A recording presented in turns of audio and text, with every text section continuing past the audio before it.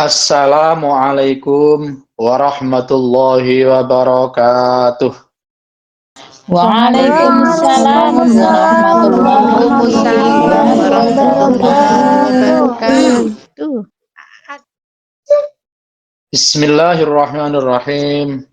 Alhamdulillahilladzi atamma alaina ni'mah bidzuhuri sayyidil ummah. Allahumma sholli wa sallim wa barik ala sayyidina wa maulana Muhammad ibni Abdillah sahibi syafa'ah fihi lana qudwatun hasanah wa ala alihi wa sahabatihi wa man tabi'a sunnatahu wa jama'atahu min yaumina hadza ila yaumin nahdah. Amma ba'd. Hadratul muhtaramin, ibu-ibu, mbak-mbak yang saya hormati, wabil khusus kepada Ketua Iwamid Ibu Isna Hidayati. Semoga Allah selalu memberkahinya. Tak lupa Wakil Ketua Iwamid Ibu Witiari. Semoga Allah selalu memberikan rahmatnya. Dan tak lupa kepada segenap jajaran pengurus harian Majelis Taklim Iwamid On Air, Ikatan Warga Muslim Indonesia Taiwan. Semua saja yang saya hormati, alhamdulillah pada sore hari ini menjelang berbuka puasa, kita ditakdirkan oleh Allah bertemu secara on air dalam keadaan sehat walafiat, Allahumma amin. Kedua kalinya salawat serta salam semoga tetap terlimpahkan kepada junjungan kita Nabi besar Nabi Agung Muhammad sallallahu alaihi wasallam, Nabi yang kita nantikan syafaatnya fi yaumil qiyamah. Semoga kita termasuk umatnya yang akan mendapatkan syafaatnya, amin amin amin ya rabbal alamin. Sedaya Majelis Iwamid yang saya hormati, tema kita pada sore hari ini adalah membentuk generasi Islam yang soleh. Bahwa semua orang Islam itu pasti mengidam-idamkan anak yang soleh. Baik orang Islam yang betul-betul Islam, atau kadang Islamnya hanya Islam KTP, atau Islam-Islaman saja. Bahkan seorang penjahat pun pasti menginginkan anak yang soleh. Tidak ada orang yang meskipun dia buruk, kemudian dia menginginkan anak yang buruk, tidak. Jadi anak yang soleh ini merupakan keinginan semua orang tua. Nah, makanya perlu nampaknya kita bahas bagaimana cara membentuk generasi Islam yang soleh ini. Karena membentuk anak atau membentuk generasi Islam yang soleh itu tidak sekali jadi. Tidak simsalabim, ada prosesnya.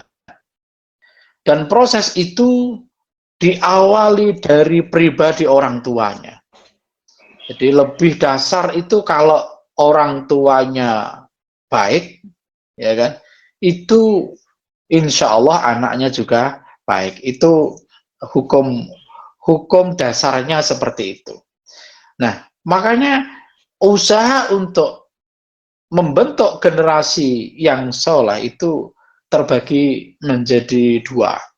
Yang pertama usaha dohir, usaha secara dohir, tampak, nyata, kelihatan, yaitu dimulai dari pribadi calon orang tua.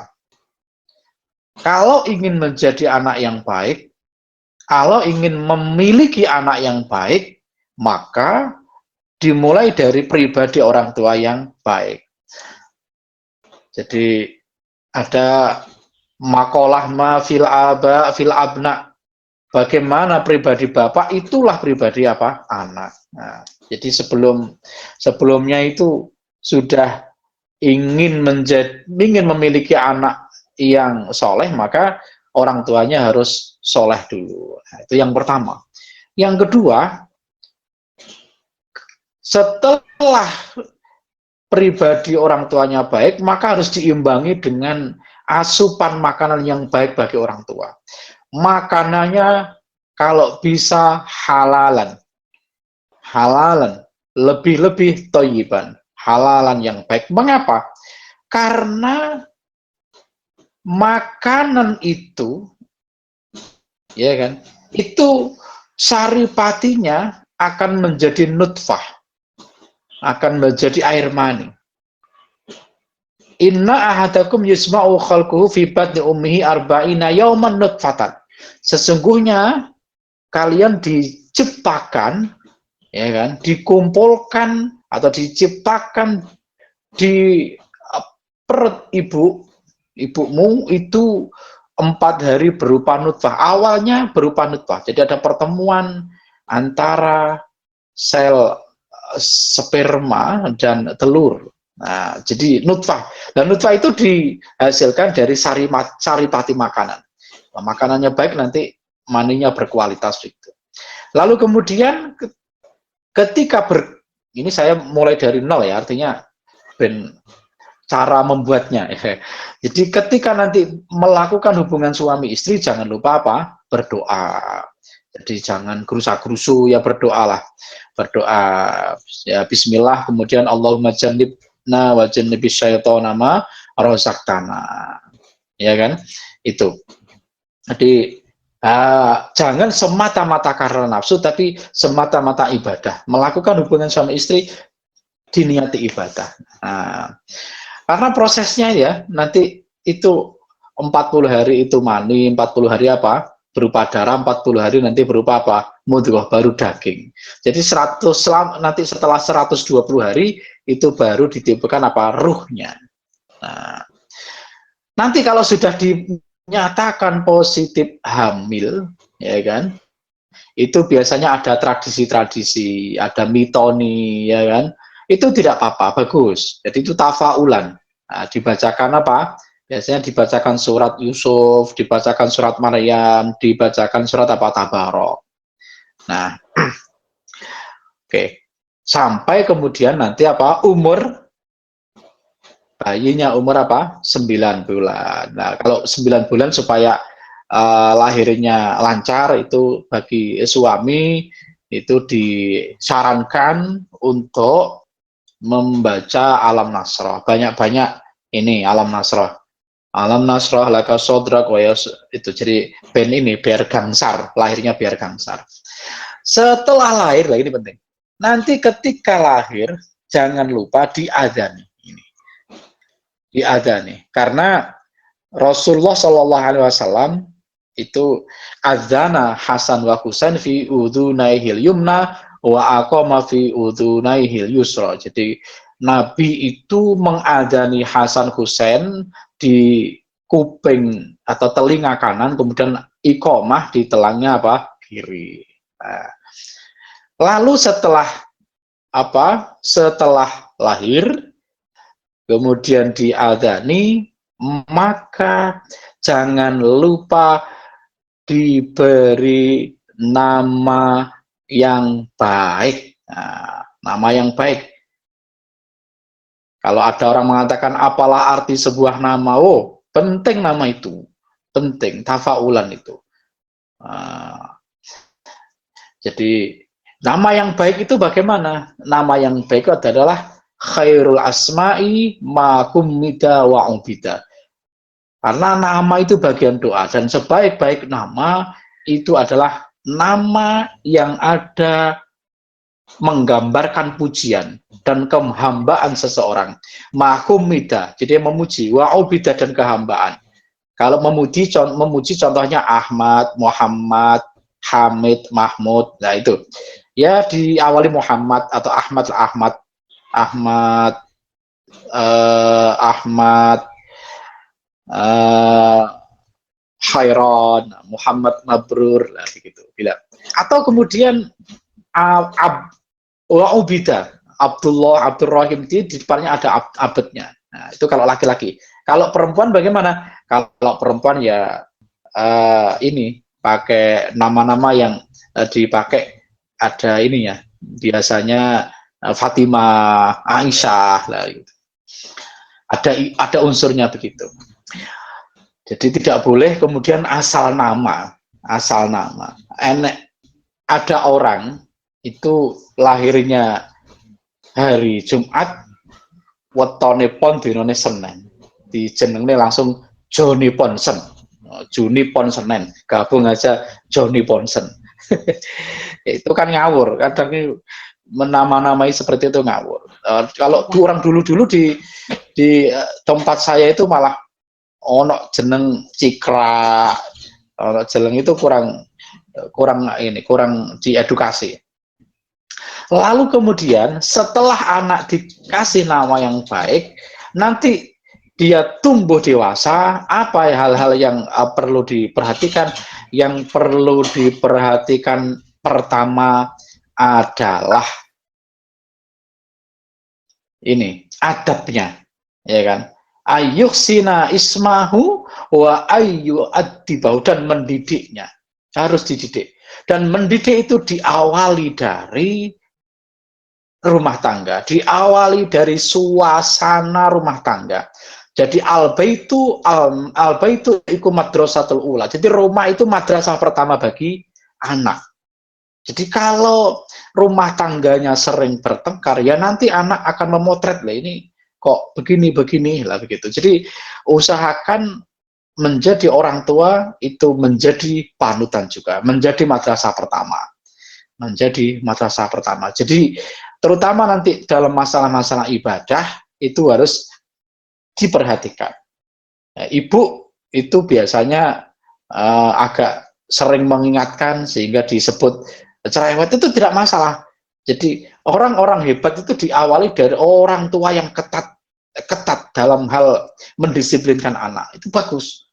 Jadi urusan ibadah yang ketat saja, urusan non ibadah silahkan. Non ibadah tegese misalkan mainan itu agak longgar gak apa-apa, tapi ibadah harus ketat. Ibadah dan akhlak kalau bisa diketati. Nah, kalau bisa diketati. Lalu usaha selanjutnya adalah mendoakan anak. Jadi doaul walidi liwaladihi kadu'ain nabi li ummatihi. Doanya orang tua kepada anak itu seperti doanya Nabi kepada umatnya. Doanya orang tua itu sangat mandi. Sejengkel apapun, ya kan, jangan pernah untuk mendoakan buruk kepada anak. Sak mantel-mantel itu nek ndongakne malah sing apik saja. Jadi sambil misalkan harus dipukul, ya, misalkan dipukul karena melakukan kesalahan, pas dipukul itu doakan yang baik-baik. Muga-muga menjadi anak yang alim, muga-muga menjadi anak yang soleh, itu, ya kan. Jadi Nabi Ibrahim doanya itu Robbi habli minas sholihin. Robbi habli minas sholihin. Jadi doa itu didoakan, kemudian dibacakan Fatihah setelah setelah sholat, ya itu ditirakati juga. Jadi yang ditakutkan oleh siapa? Nabi yang ditakutkan oleh Luqman Al-Hakim kepada anaknya itu kan, ma ta'buduna mim ba'di, hai anakku, apa yang akan kamu sembah setelahku. Lah itu. Jadi urusan ibadah, urusan yang prinsip itu harus ditekankan. Jangan sampai nanti ketika anak ini dewasa, ya kan, ubudiyahnya, ya, kemudian keyakinannya kepada Tuhan itu meragukan. Nah, lalu bagaimana cara mendidik sholat? Kanjeng Nabi dawuh, muru auladakum bis sholati li sab'in wadribuhu 'alaiha li asrin dorban ghaira mubarrihin. Nah, ini penting. Jadi kalau anak nanti sudah berumur 7 tahun, itu harus diperintah untuk sholat. Muru perintahlah auladakum anak-anakmu bisolati dengan sholat lisabin karena umur 7 tahun. Pokoknya umur 7 tahun itu harus diajak sholat. Ini bukan angka 7 tahun, ini bukan angka maksimal, ini angka minimal. Jadi diperintah sholat, memerintahkan sholat itu sampai umur 7 tahun. Artinya diajak-ajak ya. Jadi diperintah. Jadi misalkan di startnya umur 5 tahun, ayo ke masjid, diajak ke masjid, sampai umur apa? 7 tahun. Wadribu alaiha, dan pukullah alaiha kepada anak-anakmu li asrin umur 10 tahun. Dorban kelawan pukulan ghairu mubarrihin yang tidak menyakitkan. Ini juga angka maksimal, ya kan? Kudune artinya ketika sudah umur di atas 10 tahun itu sudah tidak perlu dipukul gitu ya. Nah, dipukul itu dalam konteks dipukul bukan fisiknya, ya agak dikerasi gitu. Jadi kalau umur 5 sampai 7 itu ya ayo nak ke masjid, ayo ndok ke masjid begitu. Nah, kalau umur 7 atau 8 ya, 8 sampai 10 itu sudah agak ayo ke masjid. Misalkan dia main HP saja kan. Dia main HP gak teknik, pukul pintu. Nah, dia di kamar kan brak gitu, pukul pintunya. Jadi supaya ada tekanan gitu. Ayo leren apa gak? Ayo ke masjid. Nah, gitu. Di umur 8, kemudian 9, 10 wadribu. Nah, kalau terpaksa harus memukul fisik, gitu, ibu-ibu jangan sampai memukul kepada anggota yang akan kelihatan kalau dia apa bekas pukulan. Ya pukul bokongnya gitu, blok gitu. Kan bokong enggak begitu sakit kan. Nah, misalnya agak sakit-sakit kalau bokong itu aman ya. Jadi jangan sampai kemudian memukul wajah ya kan. Itu kalau nanti ada bekasnya nanti menjadikan apa? Menjadikan pendendam. Nah, jadi itu adalah membentuk generasi yang soleh. Kesimpulannya adalah dimulai dari pribadi orang tua yang baik, kemudian ketika melakukan hubungan suami istri juga harus diniati yang baik. Andai kemudian ditakdirkan itu hamil jadi anak, ya kan, maka ya kan, maka tradisi-tradisi bagaimana ada pemitoni, kemudian ketika lahir harus diadani, dikomati, dikasih nama yang baik. Itu alur-alurnya semuanya semuanya dilakukan. Dan insya Allah itu secara bibit itu akan menjadi bibit unggul ketika nanti sudah dewasa, dilepas di madrasah, dilepas di pesantren, dia lingkungannya akan terbentuk menjadi anak yang soleh juga. Jadi karena anak yang soleh, anak yang baik itu biasanya bibitnya unggul, kemudian ditempa dalam lingkungan yang unggul, ditempa dalam lingkungan yang baik, ditempa dalam lingkungan yang mendukung untuk dia, ya, yang mendukung. Kadang di pondoknya kok nakalai, di pondoknya kok saya begini ya mungkin dulu bibitnya kurang baik, ya kan? Atau dibalik bibitnya baik tapi ditempatkan di lingkungan yang tidak baik, itu juga masalah. Itu juga masalah. Jadi misalkan nyari lingkungan anak, ya kan, lingkungan untuk anak, maka harus lingkungan yang mendukung dia untuk apa? Mendukung dia untuk berkembang menjadi baik. Jangan kemudian diculne di perapatan, diculne dia berkumpul dengan orang-orang yang ya malah menjadikan dia menjadi liar. Nah, itu kurang baik. Nah, mungkin panjenengan yang jauh dari anak, ya kan, karena bekerja di Taiwan, ya dikontrol dari jarak jauh melalui orang tuanya yang ada di Indonesia, dikontrol. Artinya kalau bisa dipondokkan, ya kan, ini dipondok nih. Kalau dibiarkan di luar itu nanti khawatir lingkungannya tidak mendukung. Kalau bisa ini saran ya, karena panjenengan tidak bisa mengawasi 24 jam anaknya, jaraknya jauh, dipondokkan atau disekolahkan yang sekolah yang di situ lingkungannya baik lah, lingkungannya baik gitu. Ibu-ibu yang saya hormati, mungkin saya tidak memperpanjang lebarkan, nanti kita perbanyak di dialognya untuk tema ini, ya kan? Saya sebagai pemantik saja, nanti panjenengan bisa tanya-tanya, diskusi. Kita masih ada waktu sekitar ya 34 menit ini, ya kan? Karena kemarin-kemarin nampaknya dialognya yang kurang lama. Jadi mungkin itu untuk temanya, silahkan untuk dilanjutkan dengan diskusi. Saya kembalikan kepada Muqaddimatul Aqd.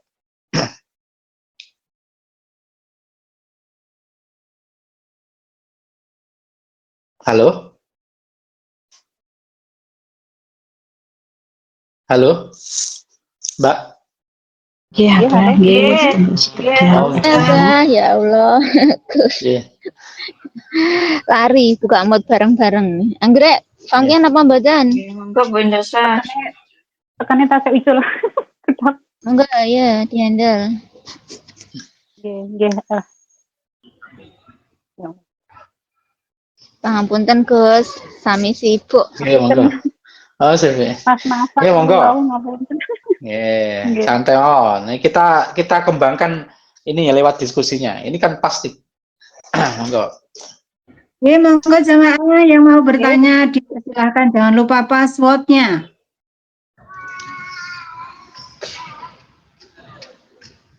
Jamaah,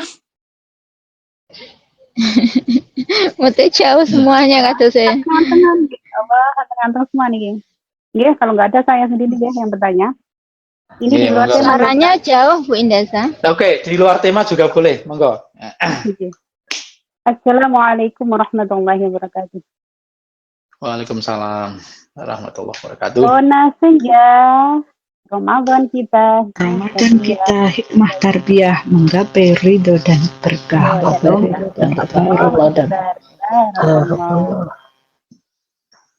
Itu Ustaz, di depan pertanyaan dari teman, bagaimana cara mengqadai puasanya orang tua yang sudah meninggal atau sholatnya, puasa dan sholatnya. Mohon. Oke. Assalamualaikum warahmatullahi wabarakatuh. Waalaikumsalam warahmatullahi wabarakatuh. Bagaimana cara mengqadha sholat dan puasa orang tua yang sudah meninggal? Oke. Untuk sholat, gitu. Untuk sholat ada beberapa pendapat, tapi memang yang lebih baik diqadha, ya diqadha. Yang lebih baik diqadha itu untuk sholatnya dulu, nggih. Itu diqadha oleh anaknya sendiri. Ya, anaknya kan harus sholatnya, anaknya yang harus mengqadha. Tapi kalau anaknya tidak sanggup karena jumlah qadhanya banyak, maka boleh meminta bantuan. Boleh meminta bantuan. Bantuan siapa? Bantuan tetangga, bantuan santri, bantuan ke jamaah, itu boleh. Nah, tapi yang lebih utama anaknya. Jadi prinsipnya anaknya jangan sampai tidak ikut. Nah, ini saya sering menyesalkan ketika gini, ada orang tua kemudian meninggal, punya hutang sholat banyak, lalu ketika selamatan itu loh, ketika selamatan atau hari ke-1 sampai hari ke-7 biasanya kan ada selamatan, terus ada acara nyaur sholat juga. Ini anaknya bawingong wirawiri yang diurusi konsumsi. Ya bingung ngurusi konsumsi. Bagi saya, ya kan, malah konsumsi itu, ya kan, minta tolong yang lain, anaknya ikut sholat. Bukan dia yang bawingong konsumsi, menyiapkan ini. Dia sendiri nggak sholat, dia ikut mengqadha orang tua, sholat orang tuanya. Lah ini menurut saya tidak elok. Koyoknya kok gimana gitu. Jadi jangan dibalik. Nah, kalau bisa yang urusan konsumsi serahkan orang, ya kan, minta tolong orang, dianya ikut sholat gitu. Jadi kalau jumlahnya sedikit tuh dikodoi sendiri. Nah kalau jumlahnya banyak bisa minta tolong orang lain. Oke, itu tentang apa? Untuk sholat ya. Nah untuk puasa bagaimana? Untuk puasa ya mengkodoknya ya tidak harus panjenengan puasa kodoke. Caranya adalah hutang puasanya itu diganti dengan membayar fidyah. Fidyahnya berapa? Fidyahnya 1 hari 1 mud ya. 1 hari 1 mud berapa? 1 mud sekitar nanti bisa di cross check itu sekitar 6 sampai 7 on 600 sekian ya, berarti aman kan 7 ya, aman 7 gitu ya, aman 7 dibulatkan saja ya itu ya, jadi hitungannya per hari sampai pinten jam itu? Pinten. ya, dikeruskan uang apa 7 on ya, 7 on itu berapa dirupiahkan ya, tinggal ini tinggal harga makanan Berapa harga 1 kilo beras nonton nggih? 1.000 Iya. 10.000 gak ngitung. 10.000 tapi kan sawangannya gini, kurusnya itu kalau bisa dimaksimalkan. Jadi pakai ini saja. Saya termasuk yang pernah, bapak saya dulu pernah sakit, kemudian tidak kuat puasa, kemudian beliau kabundut itu ya ada utang puasa. Akhirnya saat itu kalau diuangkan itu ya, saya ngambilnya ini ya minimal sekilo, tak ungkap sekilo minimal itu sekilo harus tambahi. Jadi saya pakai beras waktu itu, pakai beras 1 kilo, kemudian kasih mie, kasih ini ya, kalau diuangkan sekitar 30.000 lah. Ya kan ya pantas sawangannya. Kalau 10.000 sehari cuma 10.000 lah, itu kan naik 30 hari kan cuma 300.000 ya, kita sendiri apa kok murah sekali gitu lah. Jadi krusnya kalau bisa agak sedekah ngoten nggih. gimana? Sedekah ya, diniati bayar fidyah malahnya Bu, niatnya bayar fidyah bukan sedekah, niatnya bayar fidyah, bayar denda emang fidyah. Oh lebihnya, oke, lebihnya berupa sedekah, leres Bu. Oke, lebihnya dihitung sedekah. Oh, kalau malah di ini, saya tuh lebih cocok sehari ya dipaskan dengan zakat fitrah lah, itu cocok itu saya. Zakat fitrah kan sekarang dibulatkan 3 kilo, kalau diuangkan 51.000 ya.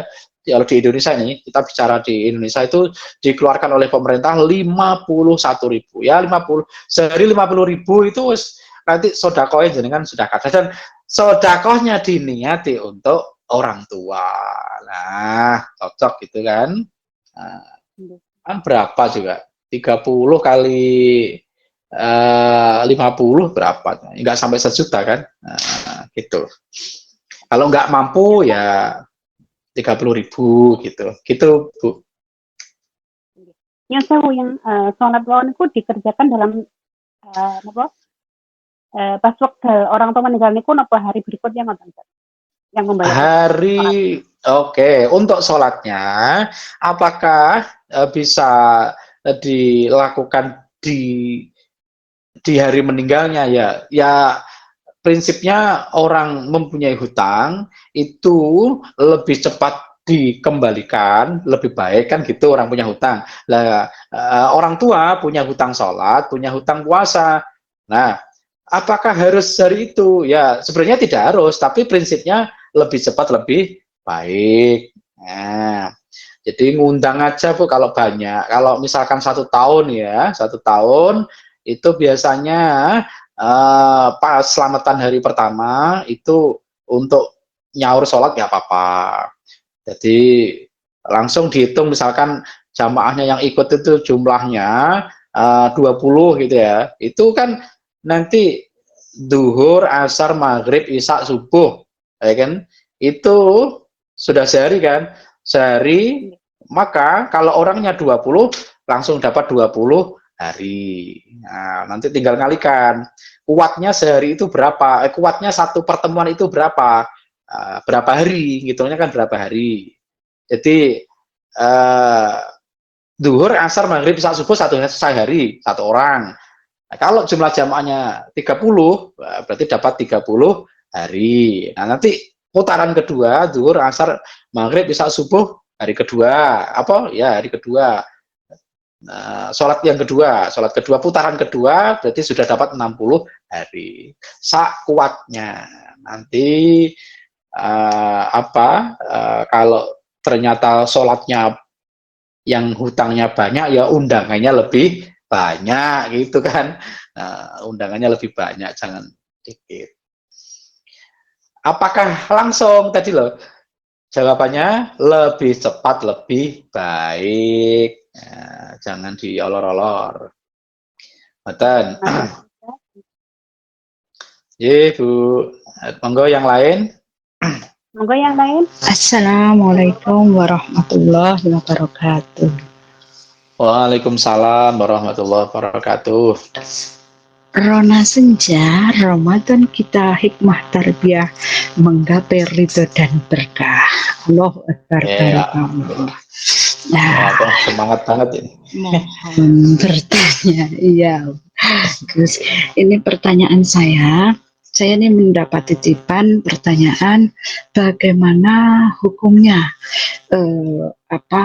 orang yang berambut panjang dipotong terus rambutnya itu dibeli orang, tapi bukan maksud dia itu untuk menjual gitu, pokoknya dikasih mahar gitu loh. Itu bagaimana hukumnya? Terus yang kedua, bolehkah kita itu mengerjakan sunat ba'diyah itu dengan senggang waktu, tidak langsung gitu, misalnya habis maghrib itu karena ya kadang kan dipanggil majikan padahal kita belum mengerjakan sunat ba'diyah, gimana, boleh apa tidak apabila tidak secara langsung? Demikian, terima kasih jawabannya Gus. Assalamualaikum warahmatullahi wabarakatuh. Waalaikumsalam warahmatullahi wabarakatuh. Oke, bagus sekali pertanyaannya. Apakah boleh memperjualbelikan rambut? Ya, jawabannya anggota tubuh manusia ini adalah anggota tubuh yang mulia. Diciptakan oleh Allah fi ahsani taqwim, dalam bentuk yang sebaik-baiknya, maka tidak boleh diperjualbelikan. Tidak hanya rambut, ya kan? Tidak hanya rambut. Mungkin nanti jual anggota tubuh seperti jual ginjal, jual jantung, jual paru, kan ada tuh itu. Nah, pokoknya kalau dijual itu tidak boleh. Ya, kalau boleh. Sudah terlanjur terus gimana? Kalau sudah terlanjur, maka ya ditaubati. Semua kalau terlanjur tuh pas yang namanya enggak tahu ya ini kan sudah tahu. Ya. Kalau sudah tahu jangan dilakukan. Ya. Tidak boleh. Wala yajuzu bai'u su'uril insan. Jadi tidak boleh menjual rambut. Nah, kalau kemudian tidak tahu dia panjang, kemudian di mana, mungkin dipotong di salon, oleh tukang salonnya dijual, maka bagaimana? Maka yaitu yang bertanggung jawab ya tukang salonnya, yang panjenengan tidak tahu. Ya, jadi kalau sudah, ini sama dengan kalau sudah terlanjur. Kalau sudah terlanjur ya sudah, tidak usah diulangi. Sama seperti ketika tidak tahu bahwa makanan A ini haram dimakan, misalkan gitu kan. Nah, karena belum tahu makan dia. Sudah beberapa bulan atau tahun, loh ternyata nggak boleh itu. Ya sudah, itu yang kemarin sudah dimakfu, ya kan, dimakfu insya Allah diampuni. Nek tidak tahu insya Allah diampuni, karena sudah tahu maka jangan. Nah itu, jadi hindari. Yang kedua pertanyaannya tadi, apa tadi saya lupa. Pertanyaan kedua, Sunat ba'diyah dilakukan sunnah ba'diyah, tidak oke. secara Apakah langsung? Apakah langsung sunnah ba'diyah? Tidak, artinya tidak harus secara langsung. Yang terbaik memang setelah setelah sholat, ya kan, wiritan itu langsung ba'diyah, tapi tidak ada keharusan. Bahwa misalkan kita bicara sholat duhur, bicara sholat duhur, qobliyah dan ba'diyah, ya kan, itu bisa dilakukan duhur, misalkan masuk waktu duhur jam 12. Jam 12 panjenengan langsung sholat sunnah ba'diyah. Nunggu jamaah lama, di pondok sering seperti ini, Bu. Lama, nunggu kiainya itu kadang memang lah, karena memang santri kadang jam 12 siang itu sebagian masih dalam perjalanan pulang dari madrasah. Nah itu boleh ya, setelah dia qobliyah, ya kan, maksud saya qobliyah, lalu dia nunggu 1 jam ikut jamaah. Setelah jamaah, ya kan, setelah jamaah kemudian dia melakukan aktivitas lain, ya kan, lalu teringat masih dalam waktu sholat duhur, apakah masih boleh sunnah ba'diyah? Boleh. Nah, tidak ada larangan, tidak ada larangan. Jadi tidak ada harus kalau dalam wudhu itu kan harus mutawaliyatin, harus nuli-nuli. Wudhu itu harus nuli-nuli itu gak oleh dipisah oleh aktivitas yang lain yang bisa sampai lama gitu. Untuk melakukan qobliyah dan ba'diyah itu tidak harus ada mensyaratkan mutawaliyatin, tidak ada.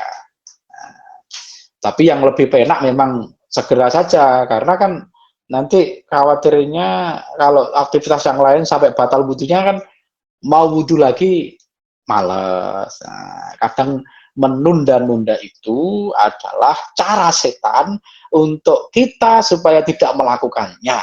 Nah, itu biasanya gitu. Ngoten, Bu. Nggih. Nggih, matur suwun, Gus.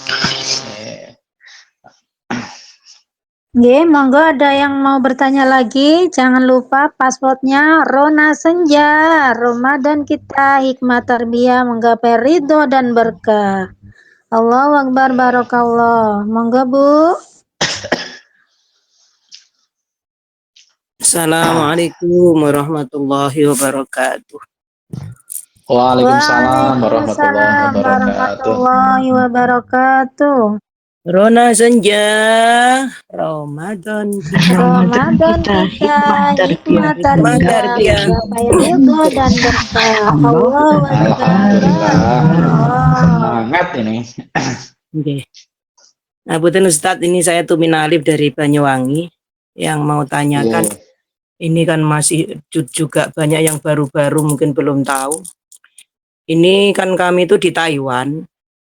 Di situ kalau di pasar itu menjual daging, entah daging kambing, entah sapi, entah ayam. Di situ kan orang yang non Muslim itu kan tentunya menyembelihnya itu cuma digiling, mboten tanpa disembelih, tanpa basmalah. Lah ini bagaimana kami ini yang Muslim, yang belum tahu insya Allah dimaafkan tadi nggih. Tapi yang sudah tahu kok masih makan di situ.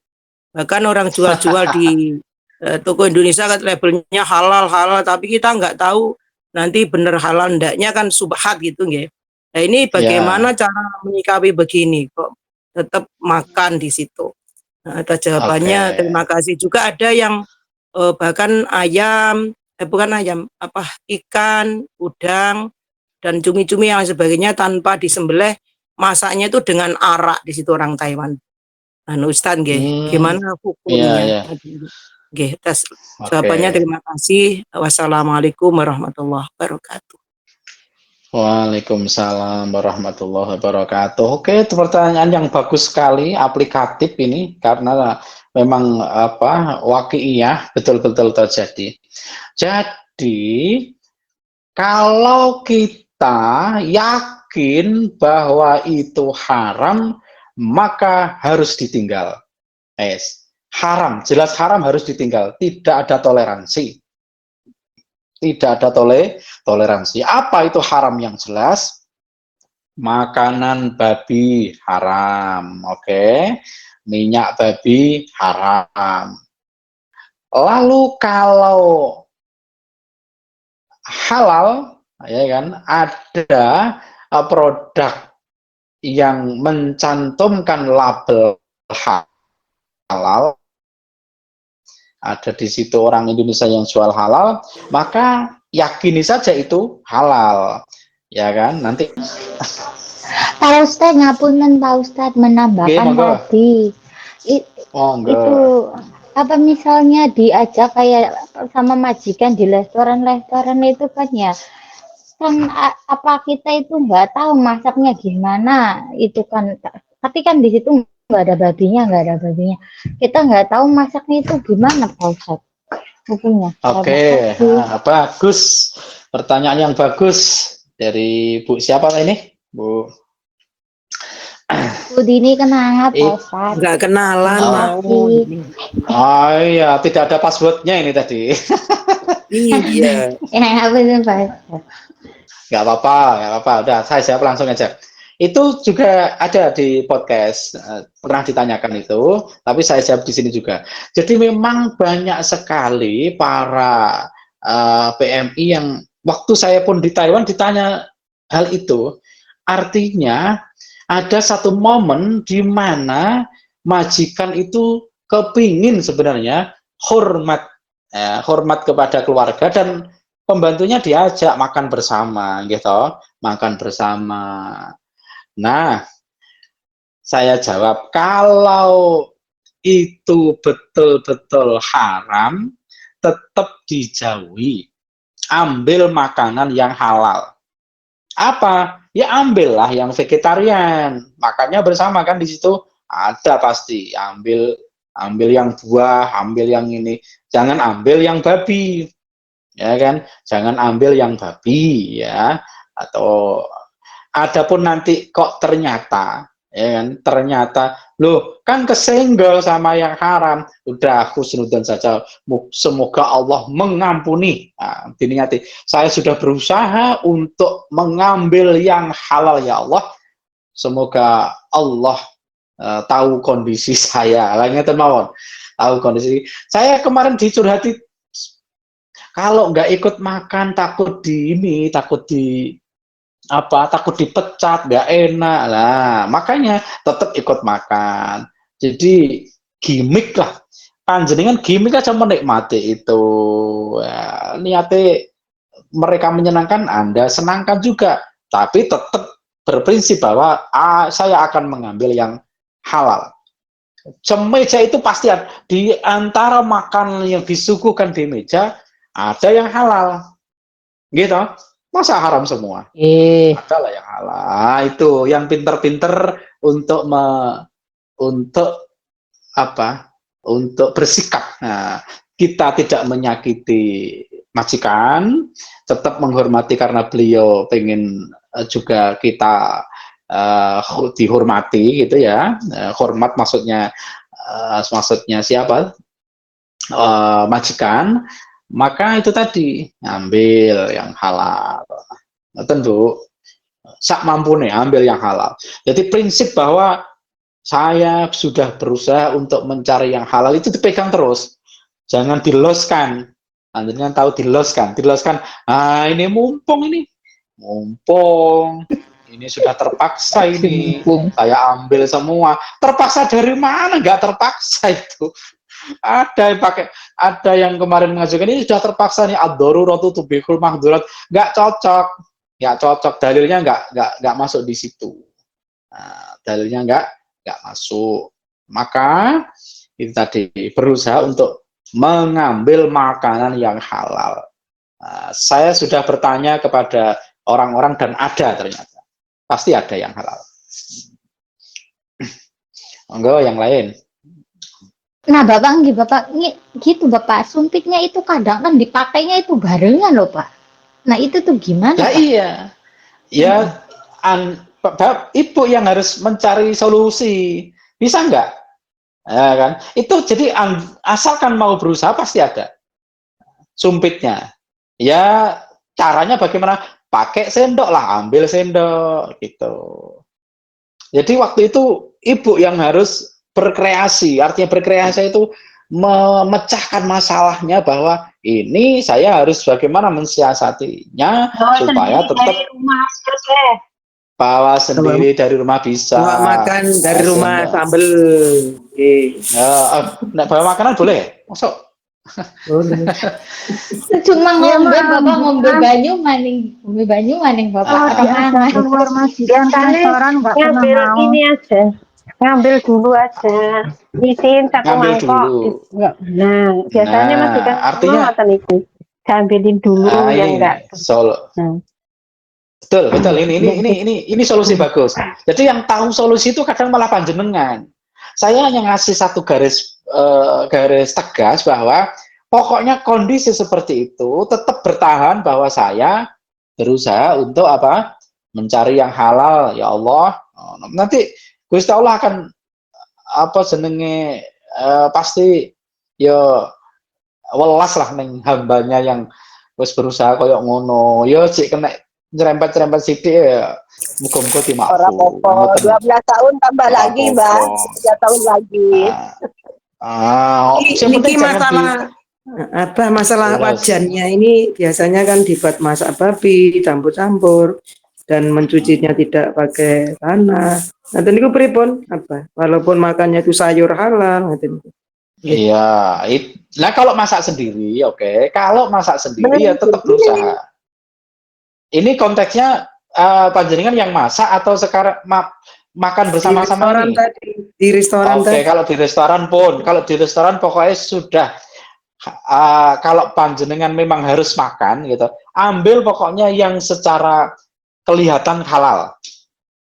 Adapun tadi di dapur masaknya bagaimana, sudah kan ini apa kita sudah berusaha mencari yang halal. Adapun masaknya tadi ini udah urusan di dapur itu.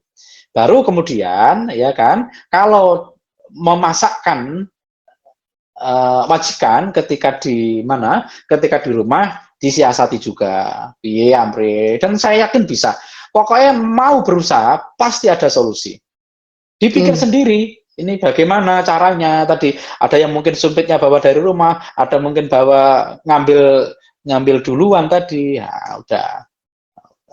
Gitu. Semuanya pokoknya setiap kesulitan pasti ada kemudahan. Inna ma'al usri yusra. Asalkan mau aja. Kadang ku ini wis koyok ngene wis dilos ae malah dinikmati ya. Bungkus-bungkus barang ya kalau pulang. Kapan makan babi kalau nggak kayak gini? Itu salah itu. Jangan. Ngoten. Itu Mbak ya, Bu. Assalamualaikum warahmatullahi wabarakatuh. Satu pertanyaan nggih, habis ini ditutup. Oke. Bu. Nggih, saya nggih Bu. Rona senja, hikmah tarbiyah untuk mengajar ridho dan berkah. Izin bertanya nih Ustaz, saya Siti Fatonah dari Lampung berdomisili di Taipei. Bertanya, siapakah yang berhak menerima zakat dari pendapatan kita? Nanti mau nambah, kurang lebihnya mohon maaf lahir batin. Wassalamualaikum warahmatullahi wabarakatuh. Terima kasih. Pun. Pertanyaannya zakat. Siapakah yang berhak menerima zakat? Yang berhak menerima zakat itu asnaf samaniyah. Iya kan? Asnaf samaniyah golongan 8 itu bukan siapa, bukan menyebut nama orang, tapi golongan. Orang yang berhak menerima zakat adalah fakir, miskin, amil, mu'alaf, rikob, ghorim, fisabilillah, ibnu sabil, oke 8. Kalau ada anggota keluarganya panjenengan yang masuk kategori ini, bolehlah didahulukan. Nah, jadi istilah keluarga itu bukan bukan utama, tetapi bukan bahasa utama. Bahasa utama tetap innamas shadaqatu lil fuqara wal masakin wal amilin wal muallafati qulubuhum wa fir riqab wal gharimin wa fi sabilillahi wa ibnus sabil, ya. Nah, ini pastinya sudah banyak diulas, ya kan, fakir miskin tadi, ya.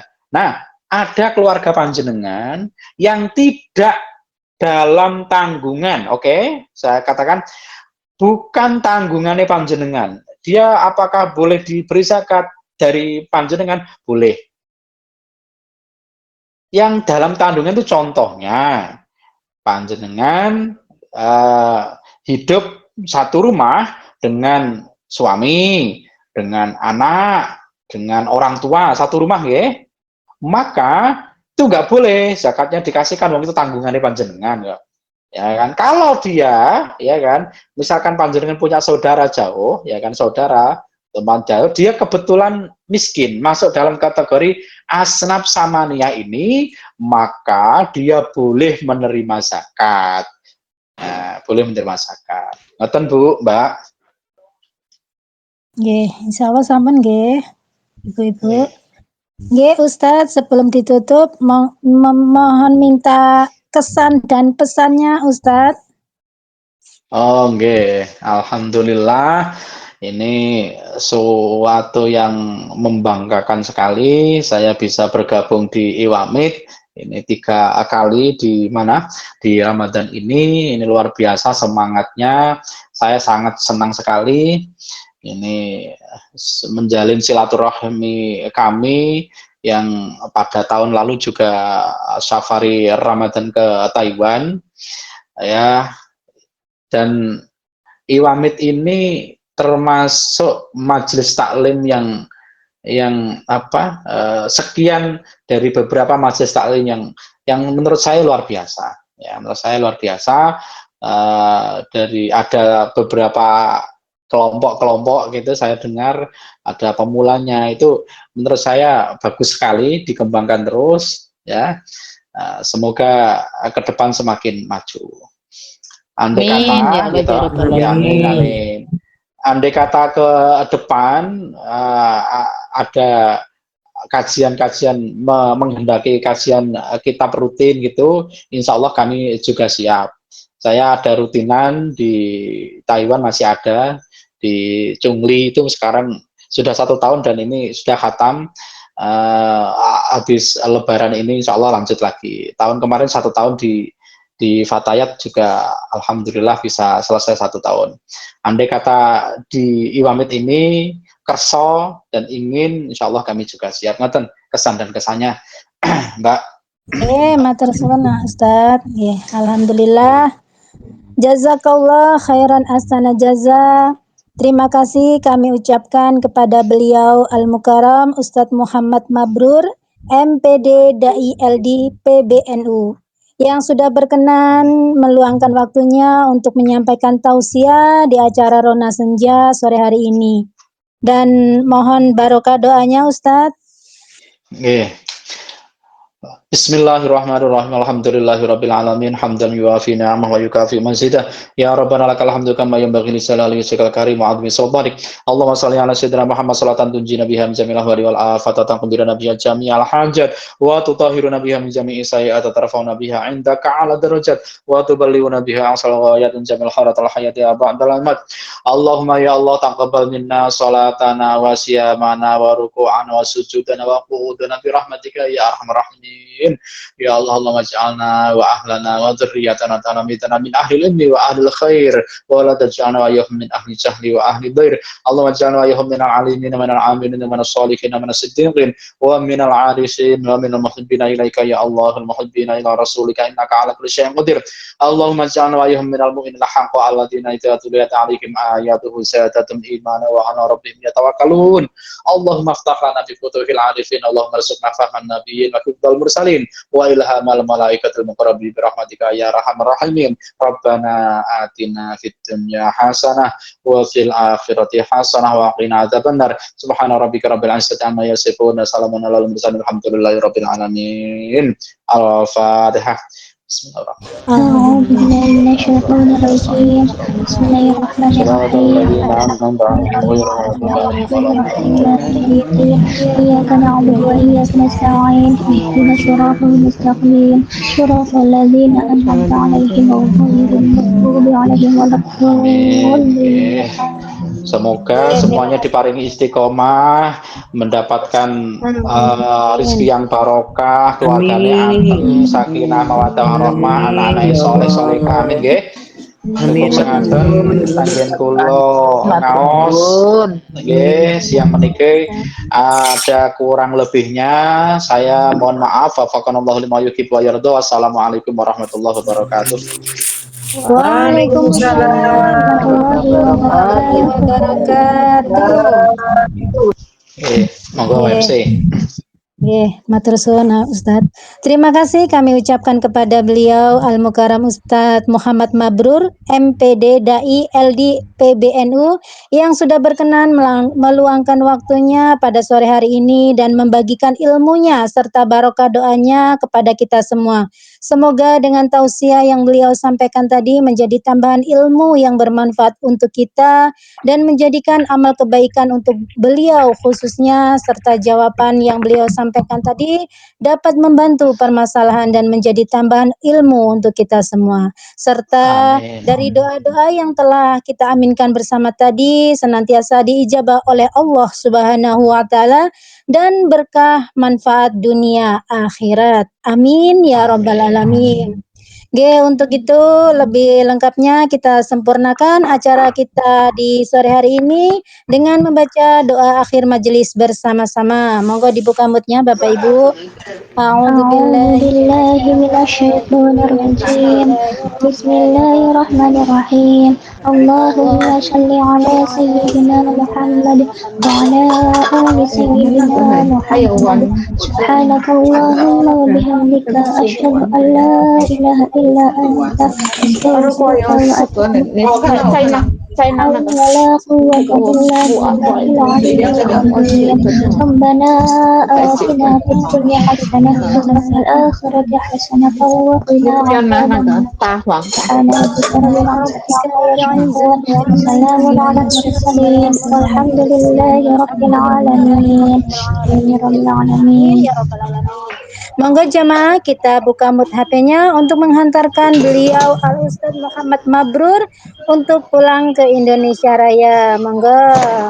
Wa akhiran. Wassalamualaikum warahmatullahi wabarakatuh. Waalaikumsalam warahmatullahi wabarakatuh. Matur nuwun. Ustadz. Matur suwun.